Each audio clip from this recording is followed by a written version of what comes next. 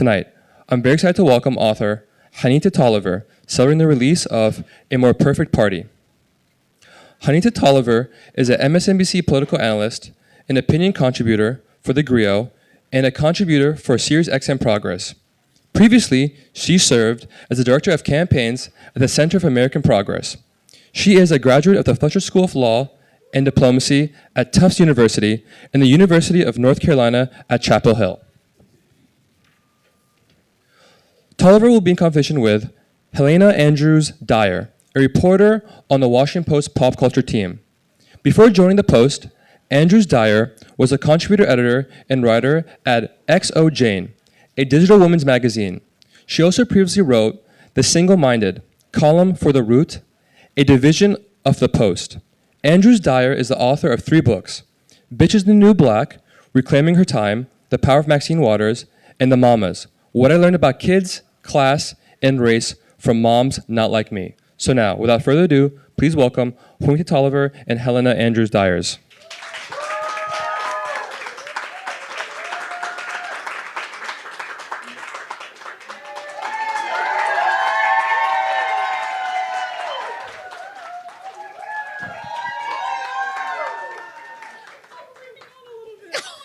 When I tell you we were back there kikiing and then we heard the applause and we're like, oh, we're supposed to be out there and now. I'm sure they heard all the cursing that No, you weren't mic'd. You weren't mic'd. Greetings. Hello, everyone. Hi, friends, family. Oh my gosh, hi. Okay, say hi to everyone. Say hi. Hi, everybody.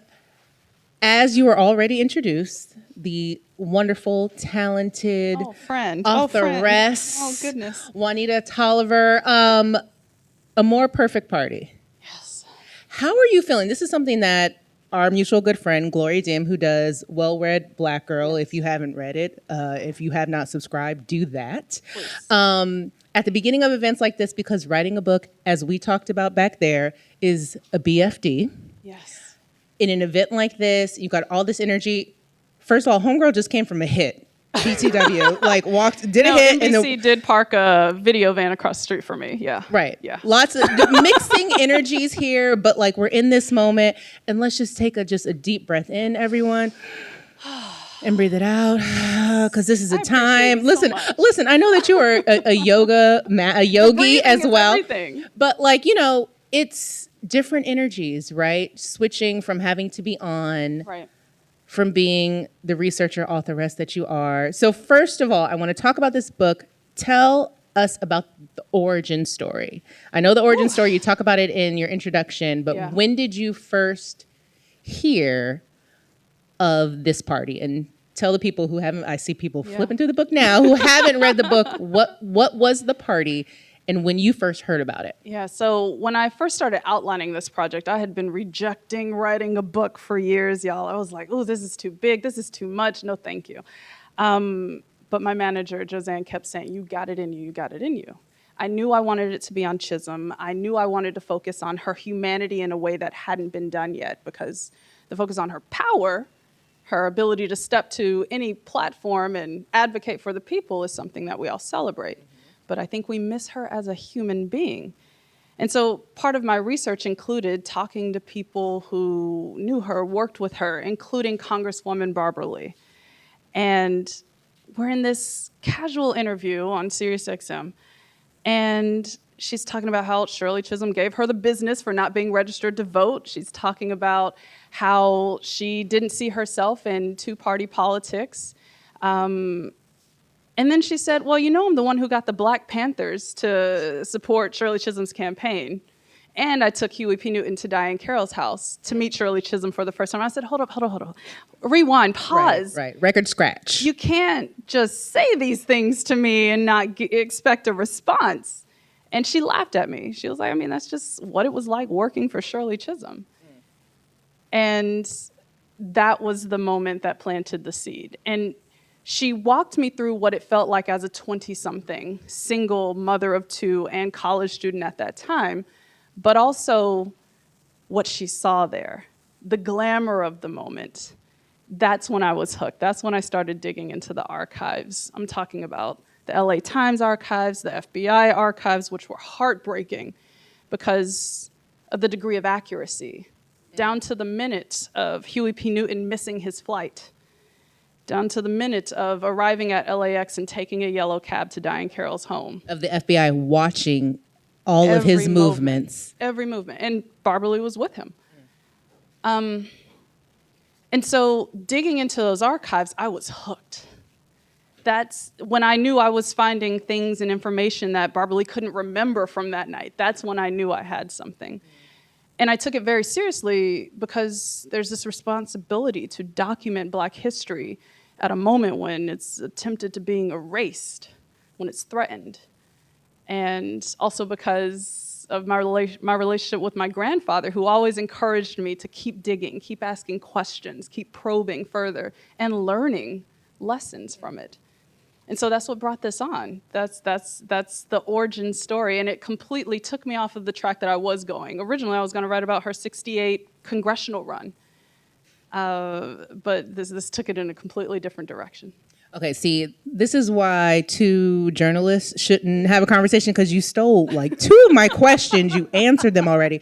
But because I was going to say what I think is so important. My mother says this all the time, and she says, sit with your elders. Because the stories they tell, and to them, and Michelle Obama will say this too, to them it's nothing. Oh yeah, well me and Huey were at Diane's house, darling, by the pool, and it's like, wait, what?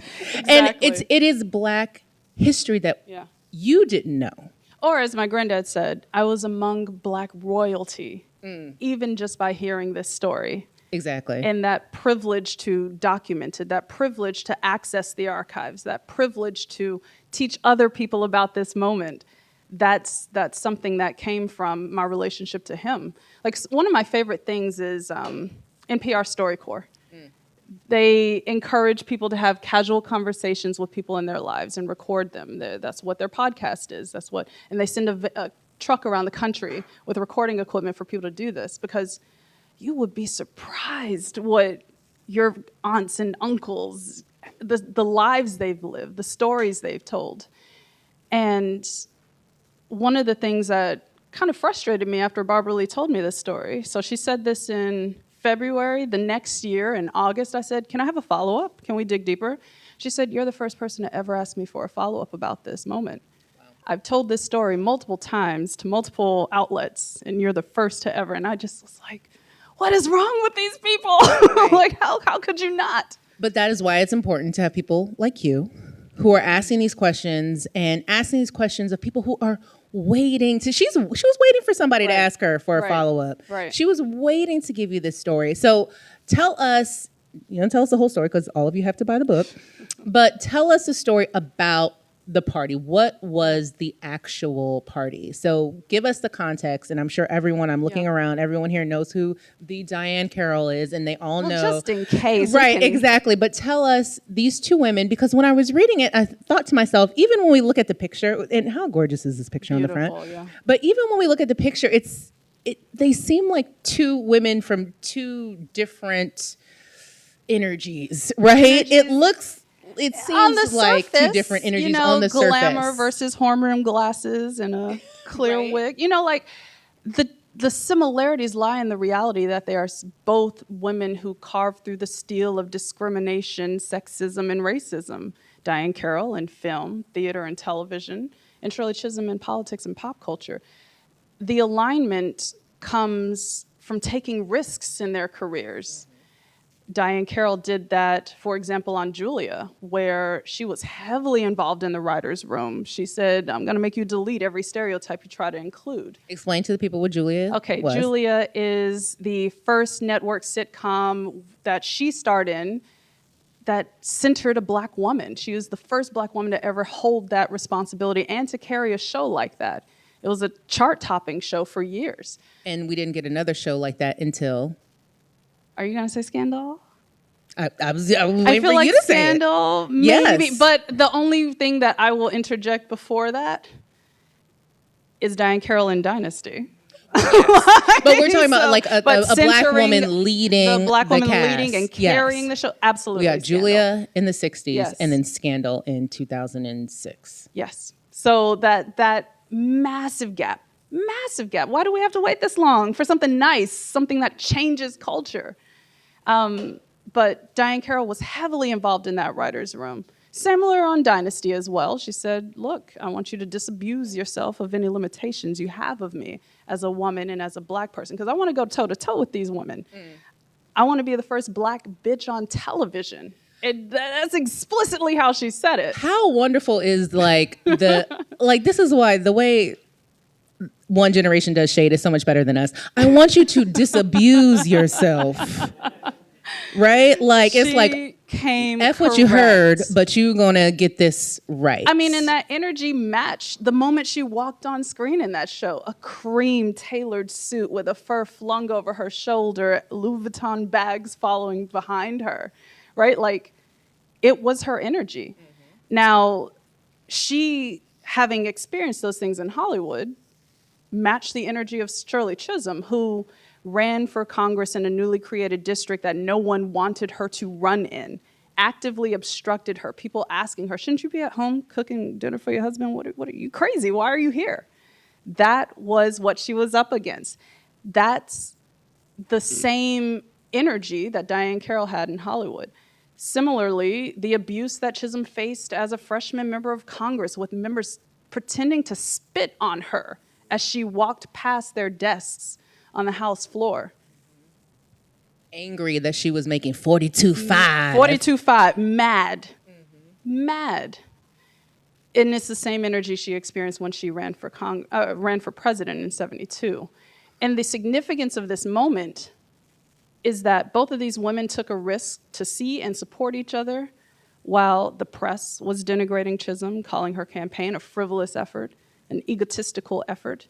When Democrats were rejecting her, mocking her in the press, when asked about her campaign, they say, who is that? She's insignificant. We don't know her. And what Diahann Carroll saw in Shirley Chisholm was power and possibility that matched her, the way she flexed her own power and created her own possibilities. And I think that made it completely clear that she should support someone like Chisholm. She didn't hesitate to do it. Even before this party, she had participated in rallies and concerts for Chisholm, singing, performing, helping to raise money for the campaign in New York as well. So the path was clear. And I appreciate Diahann Carroll for stepping up. That's a true sign of sisterhood. Right. Yeah. Literally one of the most famous black actresses of the time saying, I am going to put, not only am I going to, put up or shut up, but I'm going to open my house to you. Y'all could be in my house. And it was a nice house. Can we talk about the house? Yes, talk about the house. Okay, Beverly one thing Hills, I'm looking forward to doing after a little while, I want to actually share some of the pictures I found in my research that aren't featured in the book. Because this was a mansion. This was a home that boasted fireplaces in most of the rooms, a floor-to-ceiling wine cellar, elevators, like massive, I won't call it a yard, sanctuary with black tile veranda, waterfall feature off the rocks into her pool, citrus trees lining the estate. This was an estate. This was an estate that she purchased due to her success in Julia. This is an estate that the only other political effort she opened her doors to was SNCC, Student Nonviolent Coordinating Committee, to help them raise money for their efforts. So she knew who she was letting into her home. And doing this for Chisholm, doing this and inviting her entire network into her home was the other factor there. We're going to talk about the Rolodex. And we were talking backstage and you were like, I love for you to mention the things that surprised you. Yeah. And there were many things, and I almost don't want to give it away, but we're talking about the house. There was a detail about this house that was just like, was God laughing? Like, tell us the detail of who Diahann Carroll bought the house from. Yeah. And then who she's now welcoming through her doors and throwing her political weight behind. Y'all ever heard of Woolworth? This home was built by the heiress of the Woolworth stores for her son. They ended up selling to a black woman after he moved out. The Woolworth family and the wealth of this family was built on perpetuating segregationist policies. A Woolworth is where the sit-ins began when North Carolina A&T students walked in and protested. So, Right. just It's even such a divine moment. finding that little piece of research, I still get goosebumps from it because you're right. The universe was laughing at this legacy and erasing it with Diahann Carroll. And then to have the first woman and Black person to run for president enter this same home was just, it's comical. Yeah. The universe is laughing. And so I appreciated that. That piece, I was just like, oh, chef's kiss. Like, it was so incredible. So let's talk about, we're talking about Rolodex. Yes. And who, because the way the book is structured, which is so interesting and unique the way that you did it. Because as you say, it's not just, the story of Shirley Chisholm's historic run for president. Right. You get into, which you could have done from, start to finish, but you get into it thematically through the guests that walked through the door, which from, I know from my scattered, very short attention span brain, it was so helpful, right? Really? Just know, yes, because it's like, okay, this person walks through and they represent X, and this is how Shirley was using this, and this person walks through and they represent X. So let's talk about the Rolodex, because how many people were actually at the party? Because you only pick 8 people to really talk about. It was a sizable group, right? There were plus ones. It was a big mix, and as Barbara Lee told me repeatedly, it was glamorous. So it was crowded. This made an impression on Barbara Lee, boy. Like, my goodness, this is a core memory. But talk about the people who came through the door. So one of the people who I was thrilled to find that really made this real for me was Berry Gordy. It made it real because that is the singular photo of that night that I found. Him wrapping Diahann Carroll up in a bear hug, kissing her on the cheek, like very familiar. Very Berry Gordy. I could see it. Very familiar. And that stopped me in my track for a few reasons. One, I knew that just a year or two prior, he tried to block Marvin Gaye from releasing the greatest protest album of all time, What's Going On? And I was like, sir, your business is built on assimilation. Why are you coming to this event for Shirley Chisholm, who rejected all of that? And what I do is try to answer that question and pull out, because it's very different putting your company's brand on this protest album for someone who you've categorized as a crooner with sex appeal exclusively. And Motown executives had to go behind his back to get this released to the public. And so throughout this chapter, I'm drawing the parallels of all the reasons why he should not have been in this room. But the conclusion is he knew better than to miss this moment.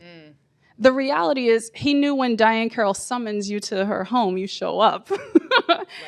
Also emphasizing the power of her celebrity, because what she did was literally and figuratively open the doors to people to learn about Shirley Chisholm. When she gave a quote to the LA Times saying, I believe Shirley Chisholm has something to offer this country, that makes waves. That gets Berry Gordy to sit up. That gets fans of Julia to sit up. That gets people who had never even understood that Chisholm was running in the first place and to pay attention. And so having him in that room amplified that celebrity factor. It amplified that reach in a way that we understand today does not translate. Ooh. We saw it, right? Okay, Y'all were there. But so we're talking about, see, again, one of my many questions on here. Now we're talking about celebrity surrogacy, and whether it works, whether it doesn't work, is there impact, is there not impact? So talk about that, because there was another person that this gets to like the white feminism of it all. We'll talk about that. Hold on, Goldie Hawn deserves her own time. Yeah, we're going to talk about that. But the impact of celebrity surrogacy. I mean, we're talking about decades ago, they were still trying to figure it out and get this right. I would say they were leveraging it in a much better way, but in an easier environment. There was not a 24-hour news cycle. The internet hadn't even been dreamt of, or it had been dreamt of, but not accessible, right? They weren't competing to cut through the noise. There was misinformation, but not at this level that we experience day to day.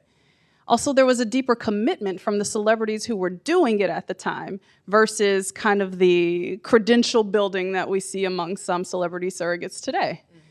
So the quality was higher, but also the environment was markedly different. Like one example from 2024 that I mentioned in the book is like, I love Sexy Red. I'll vibe to the music. I'm here for it. But if you spend 3 years saying Black people in the hood love Donald Trump and then on election day end up voting for Kamala Harris, it doesn't edit undo the way that you think it would. The influence has been set. That's the way misinformation works. One right does not correct all of the wrong information that you've implanted for years. And so that goes to, again, the quality of who's being called up. But the other reality about why Diahann Carroll and Berry Gordy giving Shirley Chisholm a look worked so well is because Shirley Chisholm knew that was not the only thing she could rely on. She understood she had to work this room because Diahann Carroll opened the door, but Chisholm had to convince people. And so she went person by person here. She didn't hide out in the back room waiting to make a stump speech when everybody was gathered. She went and listened to people, heard their concerns directly. That's an explicit difference in what we see from a lot of elected leaders today as well.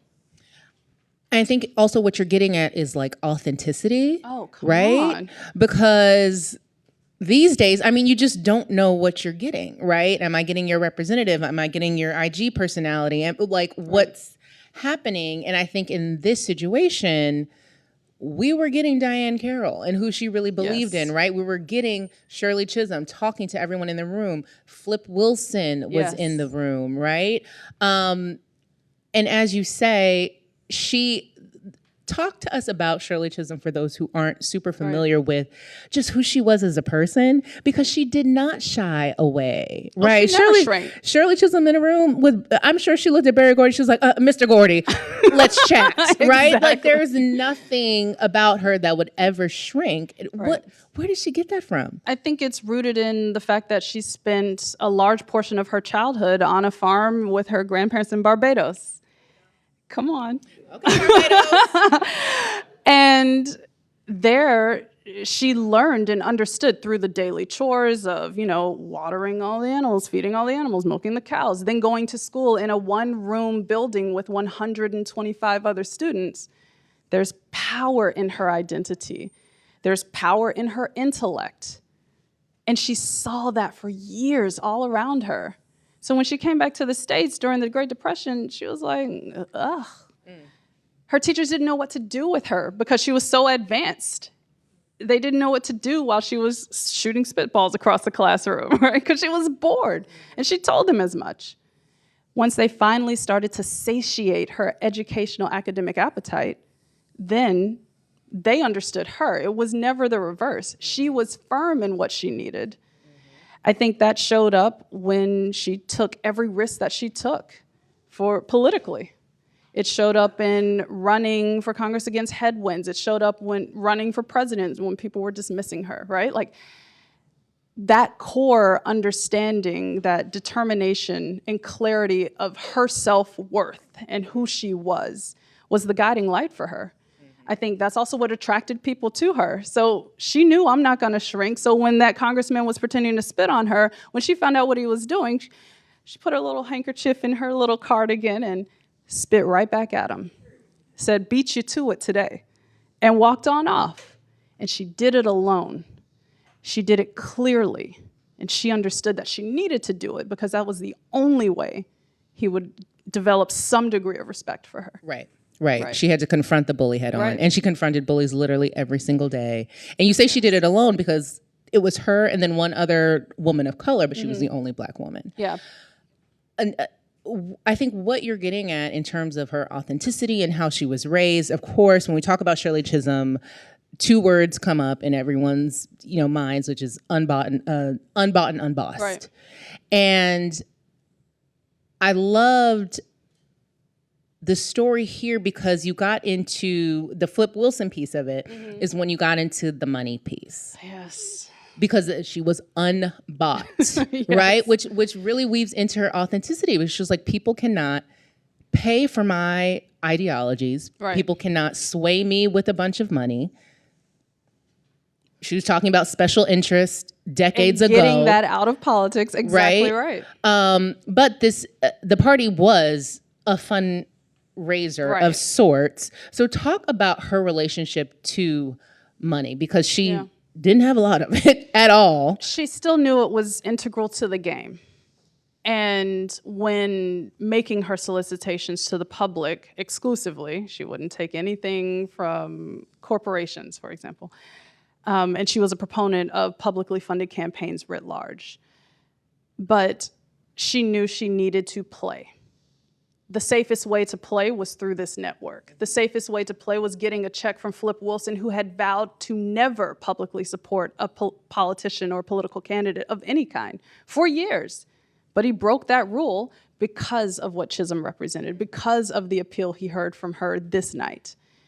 Giving a check that comprised a massive percentage of her quarterly take-home that year.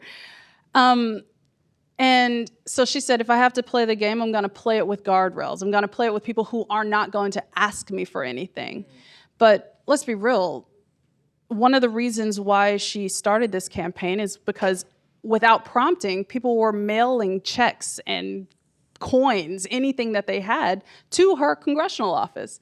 The people recruited her to run in the first place. And it was those little envelopes of $1 here, $5 here, that prompted her to pick up pace, that laid the foundation for her to move forward with this. Because she still raised a fraction of what the other Democratic primary candidates that year raised. I'm talking, they were raising $1.2 million. She raised $300,000. That's it. People didn't know she was running for president unless she was in their city because she didn't have money for ads. Her campaign would create the flyer and then mail a single copy to the local communities that were supporting her so they could make copies on their own. That's what it was. She understood that to fill the gap on money, she had to lean on the people. But also imagine if people had listened to her. I almost cursed. I'm like imagine if people had listened to her in 72 and decades before Citizens United. Like, what would our world look like? What would our politics look like? What would people power look like? How would it be deployed differently? Right. But the messenger was rejected. Would we have tech billionaires sitting front row at the inauguration in front of cabinet secretaries? In front of. Yeah. Priorities. Exactly. Priorities would be different. If we had listened. Listen, Shirley Chisholm tried to tell you. And that is, too often, that is the story of Black women in history, right? Like, we done told y'all. Right. And you should listen the first time. That's the lesson that has not been learned. Listen the first time. Yeah. Speaking of the way that she did fundraising, Grassroots, this is also brings me to another guest, Huey P. Newton. Yeah. And I was listening to another interview that you did, and the interviewer actually was Larry Wilmore, who asked you about having the Black Panthers there and if Shirley Chisholm was like afraid, right? We're talking about the early 70s. The Black Panthers did not have the greatest PR. Reputation. Well, no, they had an active force from the U.S. government funded to directly impact them and spread a narrative in the press. COINTELPRO, exactly. So, I mean, they did not have great PR, yes. Right? And did she... The idea that maybe she would have balked or, said, oh, should I have Huey P. Newton? No, I feel like just in this conversation, we all know, no, she did not. Right. But why was it? Why did it seem like such a smart decision for her to court the Black Panther Party? Because it was Barbara Lee, as you said, who brought them there. Barbara Lee courted them on her own. So Shirley Chisholm didn't know that Barbara Lee was doing that. She went rogue. Well, she took initiative, She said, we need some more. We need a field team. We need organizers. I know, based on my work at the community centers led by the Panthers, they have the network. They have people. They are meeting people's needs. There's a way we can collaborate on this.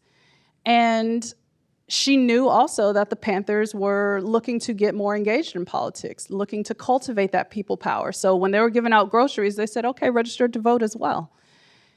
So Barbara Lee said, hey, y'all, come on. Because I asked her, I was like, what was that like? She was like, it just made sense. So I had to convince the men that it made sense. And convince the men. The men. Convince the men. Convince black men. Yes, because That it that made was the sense. other on-ramp that allowed for this collaboration to work. Black men within the Congressional Black Caucus, which Shirley Chisholm co-founded beside them, rejected her outright every day to the biggest publications from Jet Magazine to the New York Times on a regular basis. Called her crazy. How dare she skip line? How dare she do this? Yes, we want a black person to run, but not a black woman.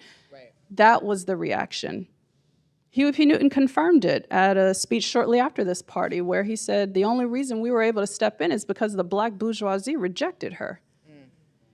And that marked another pivot for them. They had pivoted away from the self-protection into the community development, to the politics, to supporting women publicly. So that was another pivot. But again, only possible because those ingredients. And to your initial question about Chisholm being hesitant to accept their endorsement, she understood that they were citizens of this country who had a right to register their perspectives.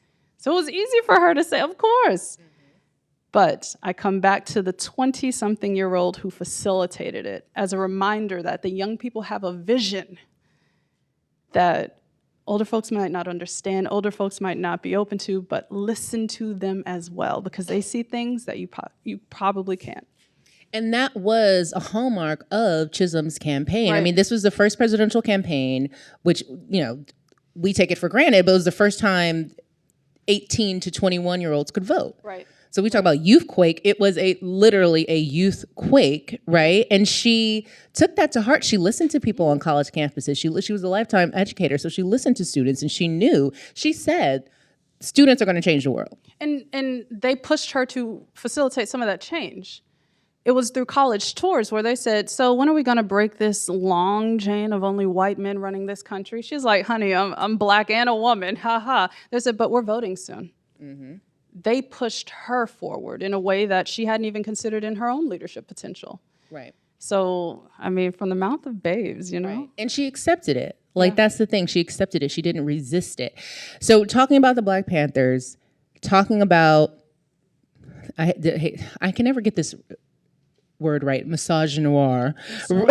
Right? Yes. But that then leads us to the intersectionality of it all, because she constantly talked about the fact that she talked about the fact that she was a woman and a black one, but she said, I'm not running to be the president of Black America. I'm not running to be, the president of womankind. I'm running to be the president for all Americans. And she often said that her gender was the thing that held her back as opposed to her race. But listen, it's all, when we talk about intersectionality, it's all tied up. Yeah. Where do you think that line was clearest for her? I think it was the pain of being rejected by her black male colleagues. So there was the Black Convention in 72, where a lot of the established leaders were originally excited to endorse a presidential candidate. But the moment she jumped in, they said, oh, we're not going to be endorsing. We're going to take that off the table. It was the hits in the press. It was the statements that were recurring that she said in a later interview, decades later, she cried herself to sleep many nights because she was viewed as an obstruction, because she was misunderstood. And that goes back to her congressional run as well. This was a newly created district. The assumption was that a black man would be running at the top of the Democratic ticket for this seat. And she said, no, I'm stepping up. That risk, that rejection is the source of her statement saying her gender was a bigger barrier, because she saw even among her own community of black people, she was rejected. Of course, she ultimately won, but she won by organizing women who comprised a larger vote share in that congressional district. Exactly. So she understood the science and the politics behind it. But that, when you read this and you conceptualize how so much she was up against, how isolating. Oh, deeply. Because she's not only the first, and she's the only, right? Breaking barriers is lonely work. Right? It's lonely. And I think that goes into another reason why the bond between her and Diahann Carroll was so powerful. Because at a moment when she was getting dragged daily another Black woman said, I got you. Come on over, bring some friends. I'll bring friends. Like, that was the energy. And she stepped in a way that I fully respected and appreciated, because it's the same way my friends step up for me. Like, Who's in the audience? Raise your hand. friends, hi babes. No, there's people here. So there's this day a couple years ago, I looked at them. They were over my house for my birthday, and I was like, I'm gonna write a book. Like, literally whispered it. And they're like, yes, let's do it. Here's another angle. Here's another idea. Do this, do that. Consider this. When I went to them for support throughout, they were there, hi babes, like throughout, like, or my friend Rachel here, who helped coach me through this process because she's brilliant. Like, I didn't have to do any of this alone. Add to the fact that I'm one of 4 girls in my own family. Like, sisterhood has been a constant thread and a constant presence in my life. And honestly, the story wouldn't exist without them helping me in those late research nights, or being my first readers, or just truly being that supportive energy. So when we talk about the first Black woman to star in a network sitcom, tag teaming with the first Black woman running for president, it makes complete sense to me. Yeah. Absolutely. And then, speaking of sisterhood, this takes us to the Goldie Hawn of it all and the white feminism of it all. And this, honestly, and I knew these things because I wrote a book about Maxine Waters, so I knew some of this stuff. But there was a quote, and I'm going to mangle it, much better than I did, like when you had these white feminists who, like Goldie Hawn, who like wanted to show up to be like, hey, I'm here. Take a picture. Literally. However, I'm going to be throwing my weight with McGovern, right? Like, I love the tone that you introduced that, because in my research, I also had to review society pages. That's where I found Goldie Hawn. She was not in any of the other statements giving a quote praising Chisholm or any of that documentation at all. She was in the society pages. And why? Because she went to this party without her husband of the time. And people were like, where's Gus? She was like, I don't know, but I'm up in here. That was the energy to float through this event, to be seen and visible after appearing at least 10 events for Senator George McGovern, who was a Democratic primary candidate as well, giving quotes to the press that he's the only one who has a positive vision for this country. I was like, friend, honey, who invited you? Why are you here? The reason that she was there, though, is because Chisholm had the support of groups like NOW, National Organization for Women. She was there was a tension within that movement even of supporting someone like Chisholm visibly, because they're like, yes, we wanted a woman to run, but not a Black woman. So it's like energy again that parallels what happens in other communities among Black people, right? Like, now you're seeing it among women, and women who had a shared goal of feminism, doing whatever they felt empowered to do, stepping forward and breaking barriers, but not with her.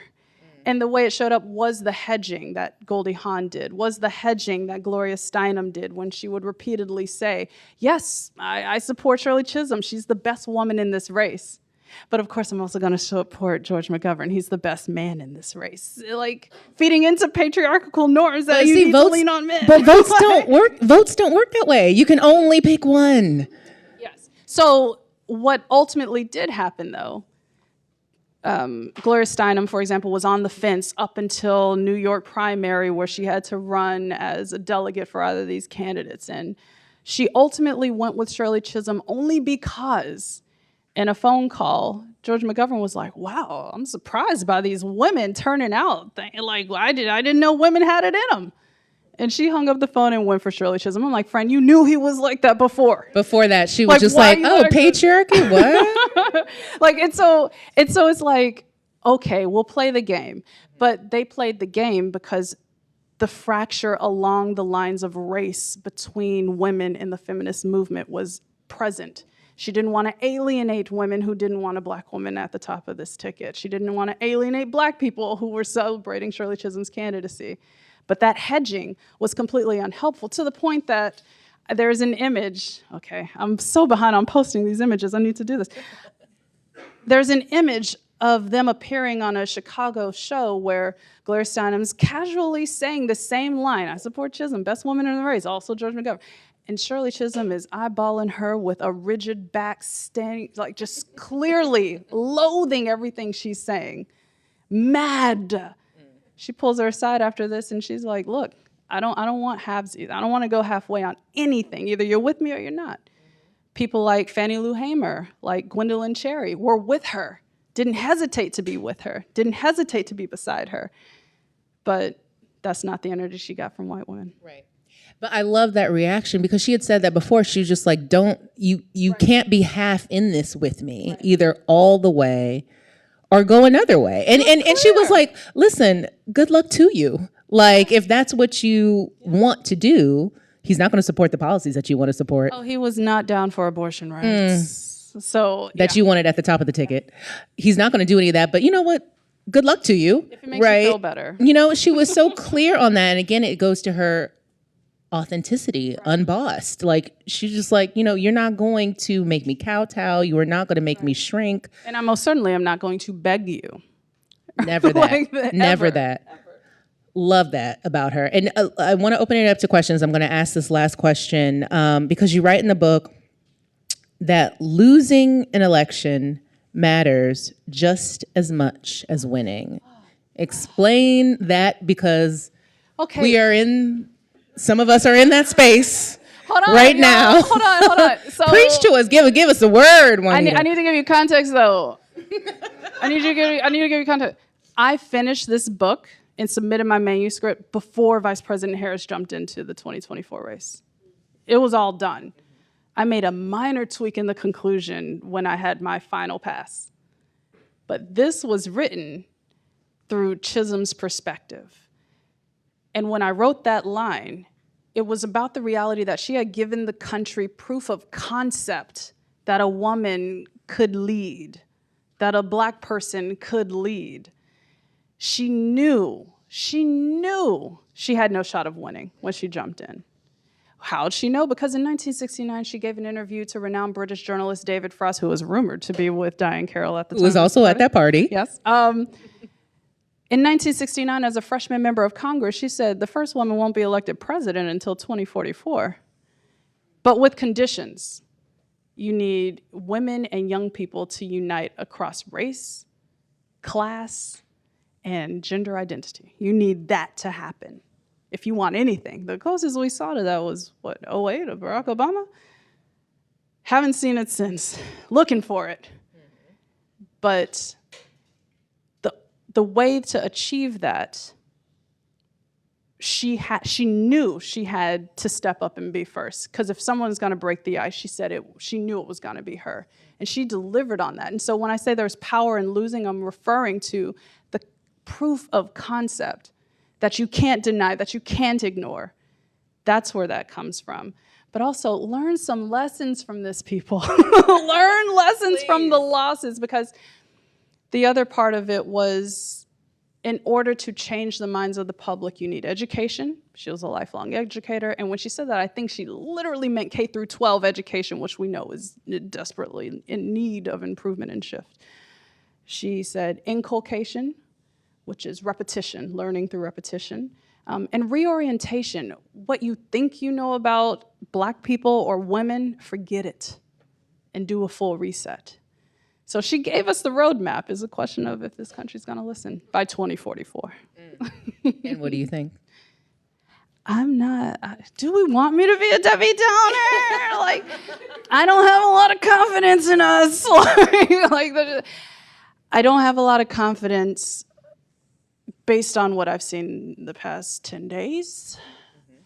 I don't have a lot of confidence based on what I see and know of communities across this country. And I say that because there's a rejection of humanity. There's a rejection of caring for each other. There's a rejection of community until crisis abounds. why do we have to wait till people's lives are going up in flames or flooded or completely ravaged to care for each other? That's my concern. Yeah. But I will say, because we're going to end it on a positive note, come on, that what this book, honestly, what it infuses you with when you read it is Chisholm's optimism. Yes. Is infectious, Yeah. right? And if she could be that optimistic in 1972, Your fair point. with the fair amount point. that she I'll was adjust my up attitude. against, Yes. you know, and listen, we're up against a lot, Yeah. but not that. And if she could do what she did then and still come out of it as unscathed as she did, because she was scathed, but to come out of it as unscathed as she did, that I think is hopeful. I appreciate you so much. And I'm glad that you wrote this story, and everyone, please, a more perfect party. You didn't say perfect party, a more perfect party. And now I think we are going to open it up for questions. We know y'all have questions. Questions are a very short comment. Okay. Wait for your mic. Wait for your mic. Oh, okay. So first I want to thank you for the warm and loving way you brought that up about your grandfather mentoring and, you know, being there for you and having the counsel with you. I thought that was a great way to start your book. Thank you. I think it's around chapter 7 when you were talking about feminist movement and Gloria Steinem, and you talk about how you said, I'm not gonna fish or cut bait. Mm-hmm. So your analysis, what would your analysis be? I know when I was coming up in Jesse Jackson, Al Sharpton, when they would come up, they were so smart, and Kamala Harris, so smart. You want to root for them. You want to say, let's go with them. But there was always that thing with black folk about caution about, am I going to waste my vote? Yeah. What would be your analysis, your advice that you would give to young people now, looking at people who look like us or represent us? Should we go with them, or where's that line? I think it's all about rejecting that fear. Because the only way you're going to spark or deliver long-term, true, authentic change is by rejecting everything in you that says, but we've never been here before. Fighting that, I think, is half the battle. I think also realizing that everybody else around us is throwing out the playbook too. And when you stop trying to play by rules that used to apply, not only is it liberating, but it opens up possibilities to dream and see, and things that you could never even imagine. That's why I sign every book, Imagine, because it forces you to tap into your inner child in a new way that sadly we don't take the time to do in terms of dreaming of possibilities. And so my cousin, Kayla, was at the event last night in Philadelphia, and she asked a similar question: what do you say to young people? The number one thing I said, reject every rule. Of course, her dad, Rennie, was like, what you mean, cousin? But I meant it. What you think is a norm, ignore it. Chart a path based on what feels right to you, because that is honestly going to lead you better than any rule or norm that we have today.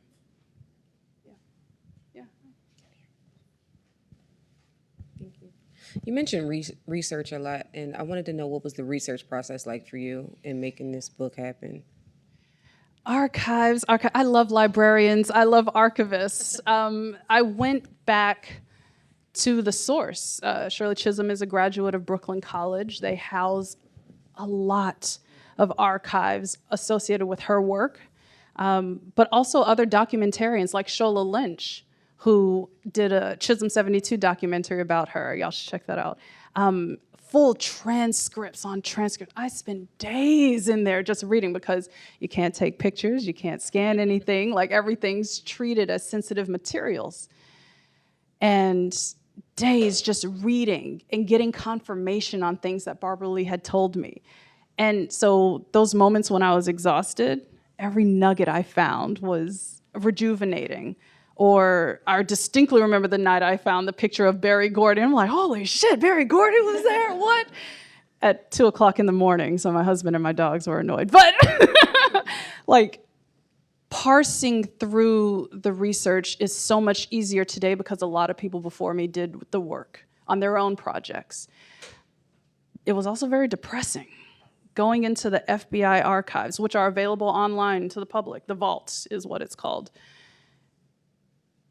It's completely disheveled. It's not in order. It's not organized. And it was like finding a needle in a haystack in order to get that one image of the document that tracked Huey P. Newton's movements that day, or tracked their attempt to arrest him 2 days before this party in Oakland.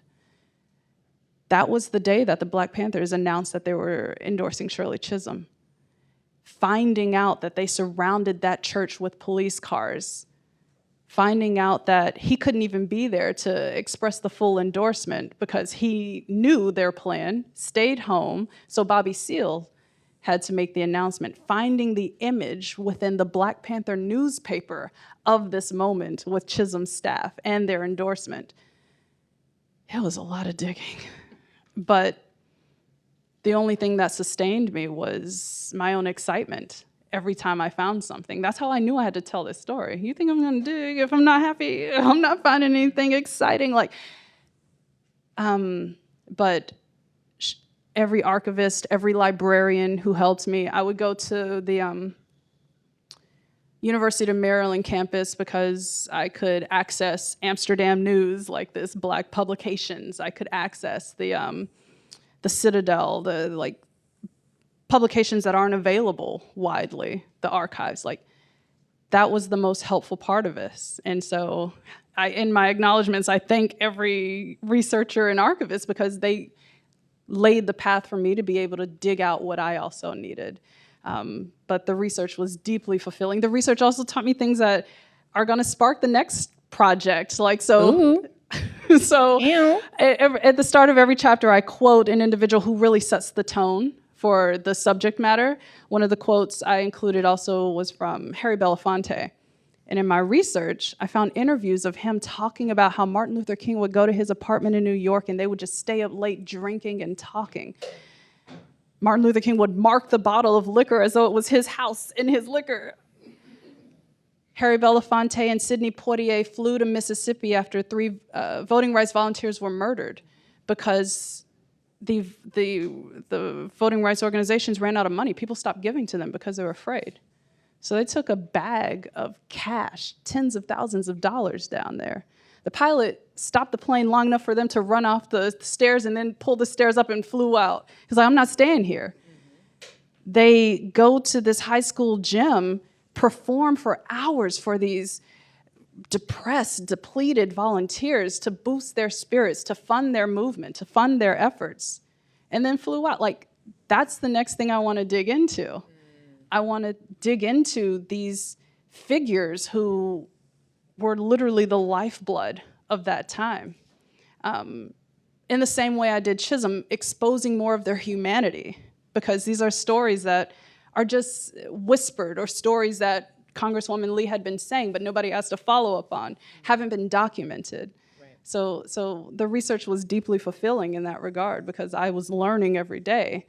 I was also excited, which is necessary when you're writing a book because you get really unexcited in the process. But also, shout out to print journalism, okay? Because literally, it is the first draft of history. And if it weren't for those society pages that were writing about Goldie Hawn, that at the time might have seemed a little frivolous, but hello, however many decades later, Juanita Tolliver comes around and can tell us that Goldie Hawn was at this party. Like, that is why this is my journalism soapbox. This is why it's so important, really. And this is why they attack journalism. Oh, 100%. Because then they know they can control history. Right. Right? And somebody can't come digging through the archives 50 years later and find out what really happened. Yeah. No, that's the power of it, Hi, Marcy. Y'all, let me tell you about Marcy. Marcy was a baby when I met her. No, like college student. I was fresh out of college too. We were at the DOJ together. She was an intern. Hi, Marcy. Hello. Nice to see you. I do have a question. So I think groundbreaking candidates face kind of two flavors of challenges, right? There's the people that just don't believe in them, the George McGoverns of the world, what have you. But then there's the people that believe in them but think nobody else will believe in them, and so nobody else will vote for them. Are there any insights you have on dealing with that kind of second group that you saw in your research? The first followers matter. The first followers are everything.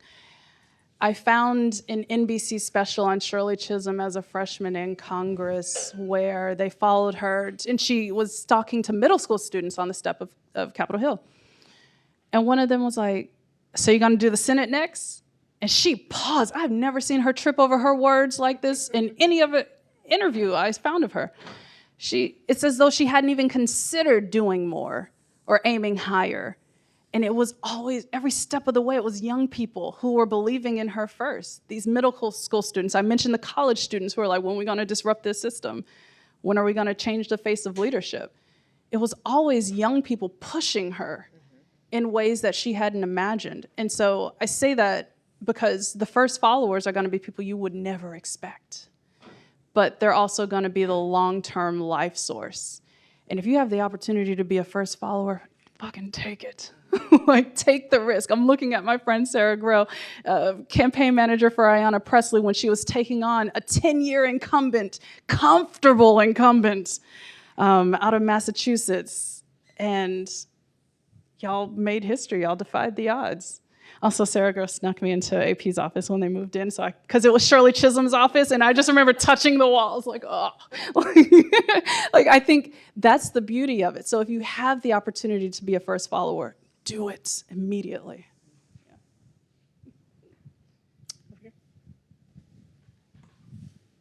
Thank you.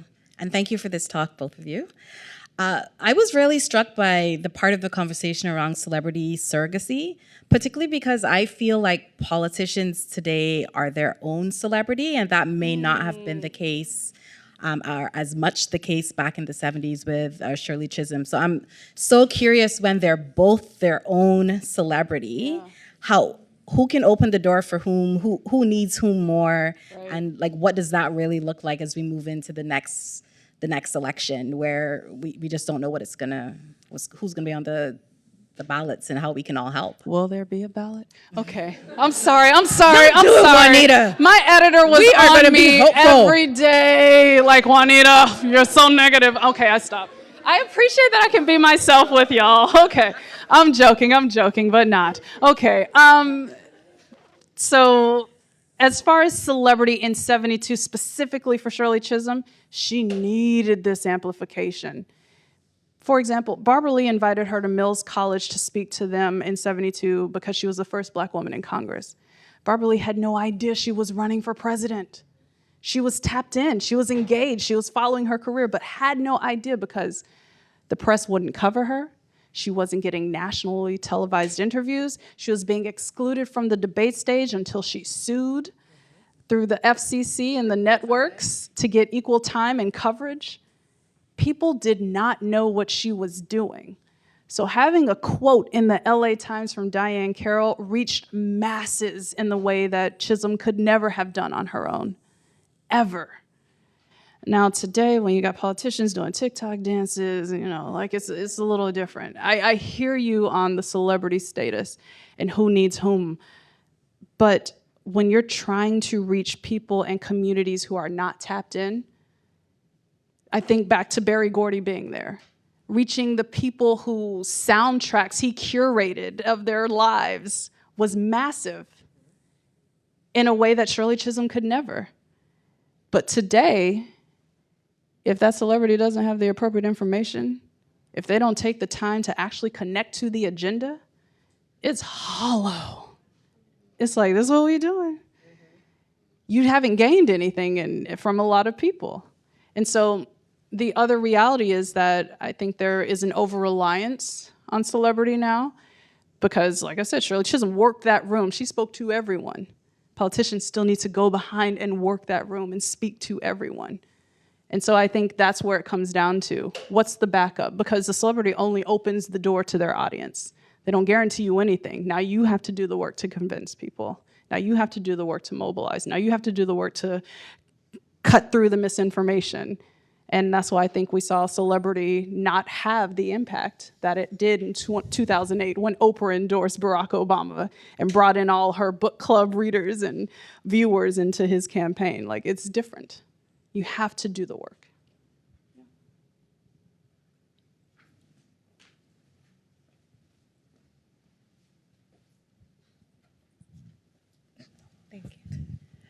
Hi, Juanita. Hi, Zena. What do you think Shirley Chisholm would say to Democrats and the left progressives in this moment? Tighten up. As we build political power and just rebalance the government in 2026, 2028, beyond? Shut it down. When I say shut it down, I'm talking specifically in the past 3 days. No business should have been happening with these executive orders rolling out day after day. No committee hearings on cabinet nominees should have been happening. Put your body in the place to stop everything. Shirley Chisholm was one of the first Congress members during the Vietnam War to go to the floor and say, I'm rejecting every defense spending bill that comes in front of me until you stop spending money on this, until you start investing in benefits for the people whose lives you've upended with this war, caring for those veterans, creating jobs in their communities, training them up. She put herself on the line repeatedly. Her colleagues would whisper and laugh at her, girl, you crazy. That was her first floor speech in Congress when she made that declaration. It was clear to the public the boundaries she set. It was clear how they could see her steps with every vote. It was clear how they could hold her accountable if she stopped. Those 3 criteria, I think, are missing in politics today. So when I say tighten up, that's what I mean. Put yourself in the way. And stop being so scared. Like, everybody's so scary now. Like, I grew up in Memphis, Tennessee, and it's kind of like I couldn't be scared walking home from middle school when the bully was across the street. You know, like, be that and just stand up, tighten up. I think that would be the message. And that concludes today's event. Let's give these 2 ladies a wonderful round of applause.